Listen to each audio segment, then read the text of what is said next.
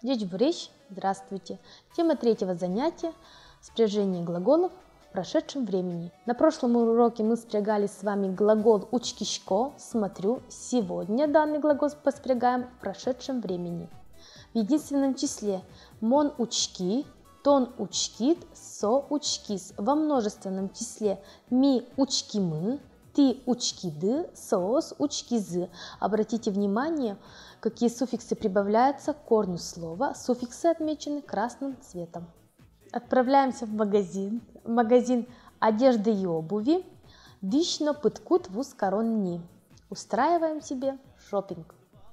Какие фразы пригодятся нам при посещении магазина? Сколько стоит? Кудмундасыле. Я вчера купила платье. Монтолон башти дерем. Ты купила обувь за 2000? Тонку чанде баштит кыкшурсен. Купленный мною красный платок я подарила маме. Горд баштем кышетме кужмай анаэлы. Что можно купить в магазине одежды и обуви? Конечно же, товар, вуз. Товаром может быть одежда, диш, украшения, чеберьян и пыткут, обувь.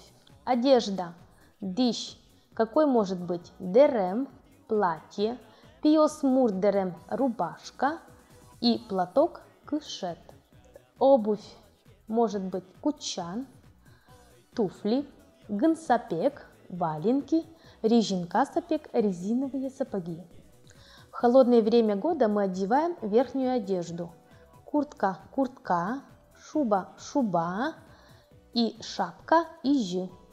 Пополняем словарный запас новыми словами. Баштыны – купить, чакланы – присмотреть, кельшины – нравится, понравится.